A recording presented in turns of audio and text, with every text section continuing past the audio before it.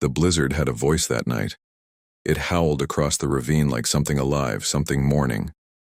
Beneath that endless white roar, hidden in the storm's breath, came another sound, deep, guttural, trembling with grief. They weren't myths, not anymore. The first camera drone picked them up at 02:16 a.m. 4 colossal figures crouched in the snow, wings folded tight, their scales muted beneath a crust of frost. Dragons. Not the kind from storybooks, but creatures with eyes too human to be beasts. They didn't breathe fire. They breathed sorrow. Their cries carried for miles, echoing through the frozen peaks of the Karkonosze Mountains. Locals in the nearby Polish village swore they felt the vibrations in their bones. Farmers found livestock frozen mid-stride, not from the cold, but from fear. And when rescuers reached the ridge, they discovered something impossible. A circle of melted snow 50 meters wide, and inside it, 6 small mounds. Shallow, delicate. Graves, the hatchlings. That's where it all began, with a mourning no human could explain. But one human tried. Dr. Elara Vance, xenobiologist, linguist, outcast. The world had mocked her for claiming ancient mythic creatures were not myth, but memory. Now she stood at the edge of that same ridge, wind slicing through her parka, camera shaking in her gloved hands, whispering the words she had waited her entire life to say. They're real. The snow was red that night, faintly, like someone had spilled ink into milk. Her breath turned to mist as she approached the crater, where the dragons had gathered in silence. They weren't attacking. They weren't hiding. They were waiting. One of them raised its head, nostrils flaring, eyes glowing dimly like dying embers. It didn't move toward her. It lowered itself, wings brushing the ice, a gesture of something close to surrender. Elara's recorder caught every second. They're grieving, she whispered. They've lost their young. Her team begged her to fall back, to wait for military authorization. But she didn't. She stepped into the circle, boots crunching over what she now realized were tiny bones beneath the snow. The dragons didn't flinch. One of them, larger than the rest, its horns curled like obsidian daggers, exhaled slowly. The heat from its breath melted the ice around her feet. That's when she saw it, something half buried beneath the central mound. A small metallic object, smooth and pulsing with faint blue light. She brushed the snow away and froze. It wasn't organic. It wasn't from Earth. Her hand trembled as she spoke into her mic. This isn't their egg, it's a beacon. The largest dragon lowered its head, letting out a low rumble. Not anger, not warning, but plea. A sound like language trying to remember itself. Elara's translator couldn't decode it, but her instincts did. They weren't just mourning their young. They were calling someone. Or something. A storm cracked overhead, lightning spiderwebbing across the sky, reflecting off the beacon's surface. The light pulsed faster. Elara felt static crawling up her arms. It's reacting to something, she said, her voice trembling. Maybe me. And then silence. The wind stopped. The world froze in one impossible second of stillness, and in that silence a low hum rose from beneath the ground, deep and ancient, like a machine buried for centuries waking up. The beacon split open, releasing a shimmer of blue particles into the air. The dragons backed away, wings unfurling, their eyes wide with something that looked eerily like hope. Elara stumbled back as the snow beneath her began to glow. No, no, no, she whispered. This isn't a distress call, it's a... The feed cut to static. Hours later, the satellite feed showed only a crater. No beacon, no dragons, no Elara. But 3 days after the storm cleared, a rescue drone found something buried deep in the permafrost. Her camera. It was cracked but still functioning. The final frame showed a single image. A massive claw, delicately placing something small and warm into Elara's hands. A heartbeat. A living hatchling. No one knows how she survived the temperature or why the dragon spared her. But the villagers swear they still hear cries at night. Not of grief this time, but of something being born. The government closed off the area. They said it was a chemical explosion. No one believed them. And somewhere under that ice, a faint blue light still pulses. The footage begins with static again. Faint, glitching, like the memory of a machine trying to breathe. Then, a single frame stabilizes. Dr. Elara Vance, face pale beneath frost, her eyes wide with disbelief. Her voice is quiet, recorded through the broken mic on her vest. If anyone finds this, don't come here. Don't follow the light. That's where part 2 begins, and with her voice trembling but alive. The search team had written her off as lost. Temperatures had dropped to -30. The storm that swallowed her should have ended everything. But 48 hours later, thermal satellites caught movement inside the frozen crater. Something small, bipedal and burning with faint heat. When rescuers finally reached the site, all they found was a trail of footprints leading away from the blast zone. One human, and several much larger ones. Elara was 20 miles from the nearest base when she was found, wandering barefoot, whispering to something cupped in her hands. The medic who carried her to the chopper swore he saw the thing blink. But when they checked her palms, they were empty.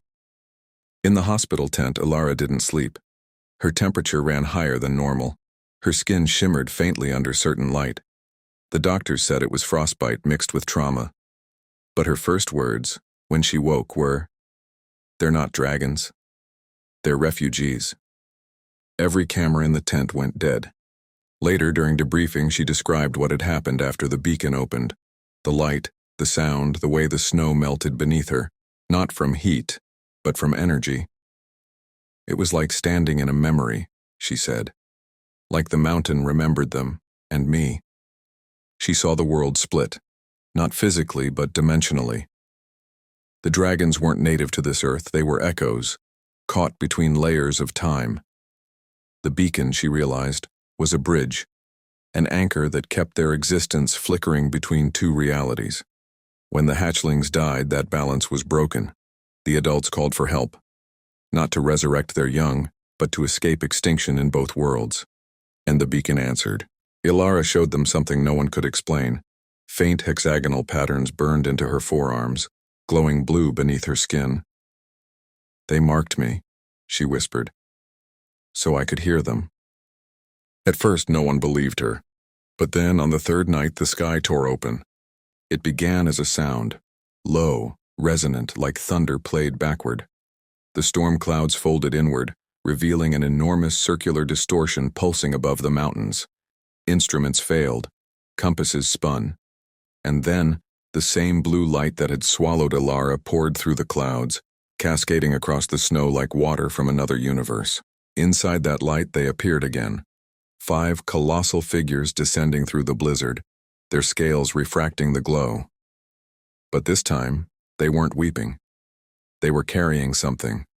Long, black, metallic fragments that hummed like living machines. The beacon had evolved. Elara broke containment and ran outside. The soldiers shouted for her to stop, but the dragons ignored the weapons trained on them. They landed softly, surrounding her. Cameras from a nearby ridge caught the moment her silhouette vanished in the radiance. Seconds later, the ground shook. Snow lifted into spirals as the dragons exhaled in unison. Not fire, but pure energy. A single pulse swept across the valley, knocking out every electrical system within 50 miles.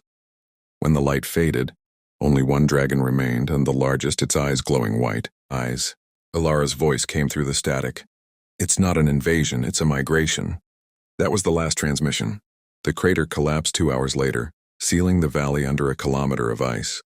The government moved fast, declared the region an ecological hazard, deployed drones to vaporize any remaining footage. But they couldn't erase everything. One soldier, years later, uploaded an encrypted clip from that night. The final frame showing a shape, half human, half something else, walking beside the dragon into the storm. Both glowing faintly blue. Some say she became part of them. Others think she was taken. But there's another theory, one so wild it almost makes sense. What if she wasn't chosen? What if she called them here? What would you do if you realized the myths we tell aren't memories of the past, but warnings from the future? Would you still want to see what comes through the light? Tell me below. Snow fell sideways that night, cutting across the blackness like shards of glass. The storm returned to the mountains with no warning, just a sudden crack of thunder that split the valley open. But this time, it wasn't nature. It was them. From deep under the ice where the crater had collapsed, the hum started again. That same low vibration that once opened the beacon.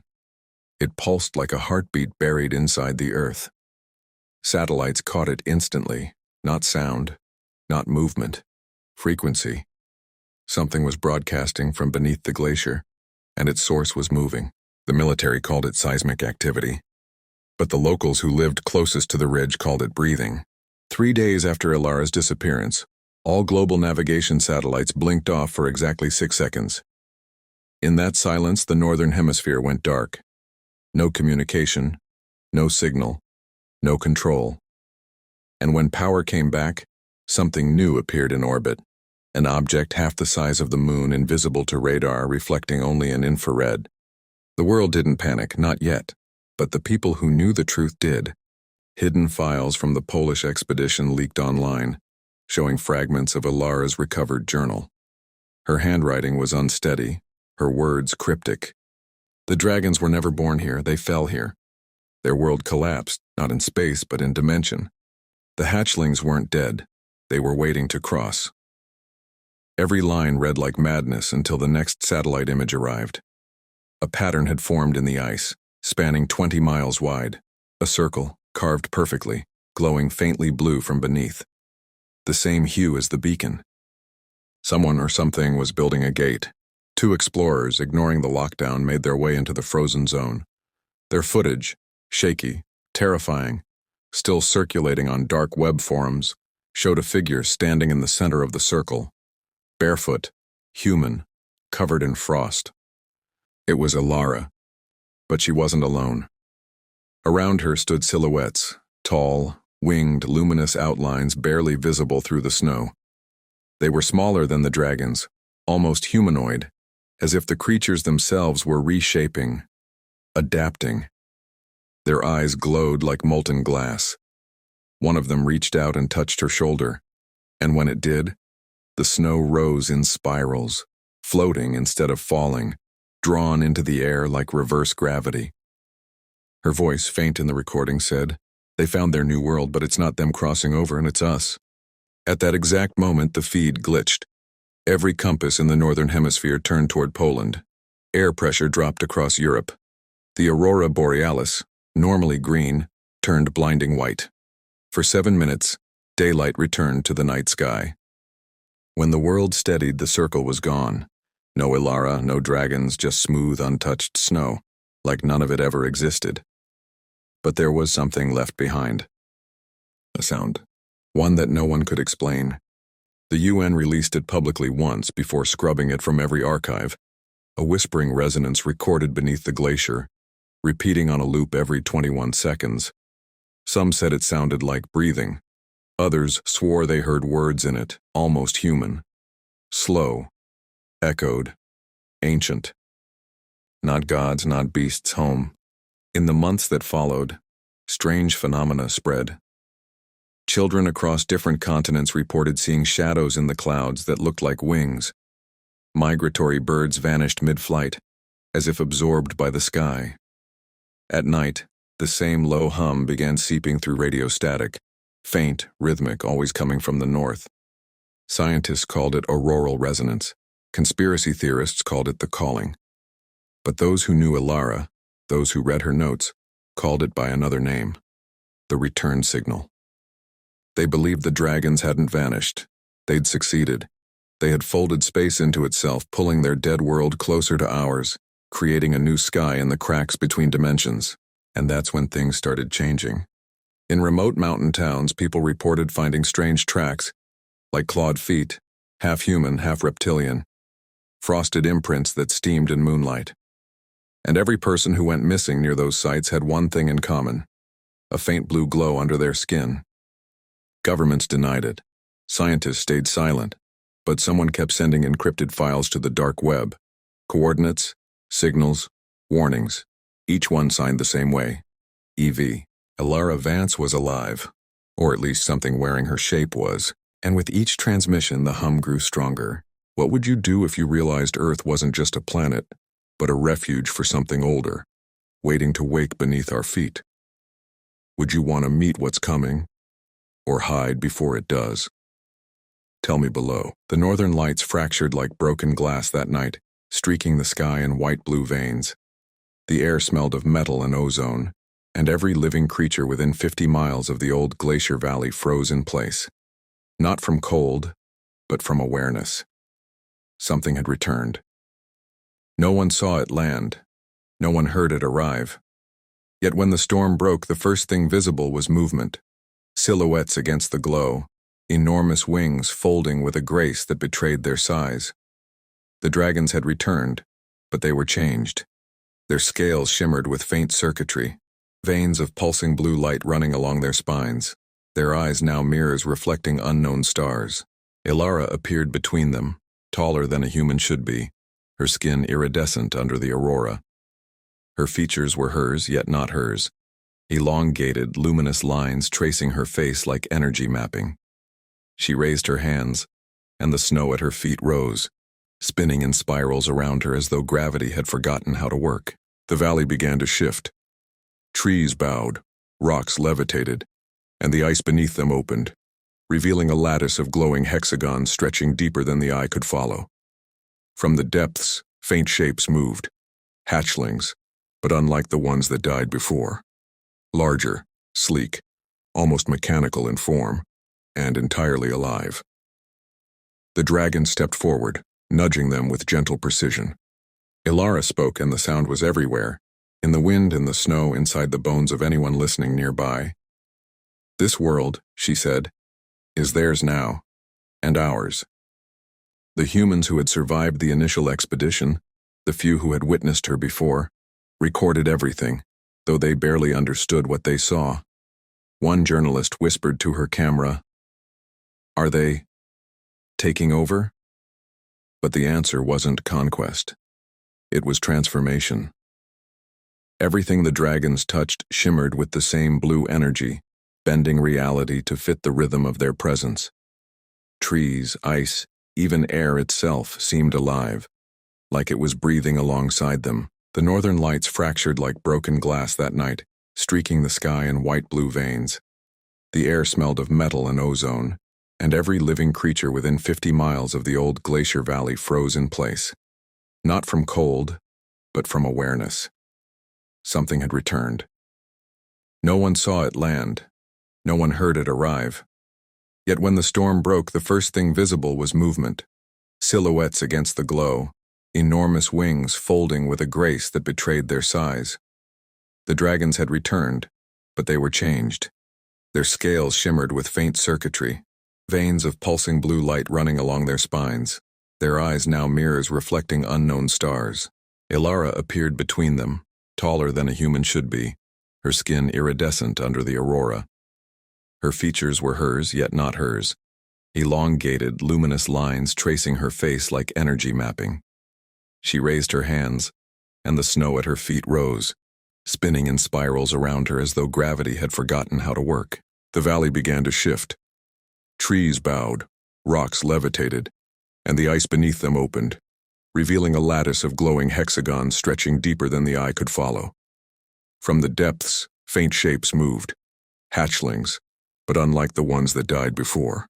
Larger, sleek, almost mechanical in form, and entirely alive. The dragon stepped forward, nudging them with gentle precision. Elara spoke, and the sound was everywhere, in the wind and the snow, inside the bones of anyone listening nearby. This world, she said, is theirs now, and ours. The humans who had survived the initial expedition, the few who had witnessed her before, recorded everything, though they barely understood what they saw. One journalist whispered to her camera, "Are they taking over?" But the answer wasn't conquest. It was transformation. Everything the dragons touched shimmered with the same blue energy, bending reality to fit the rhythm of their presence. Trees, ice, even air itself seemed alive, like it was breathing alongside them.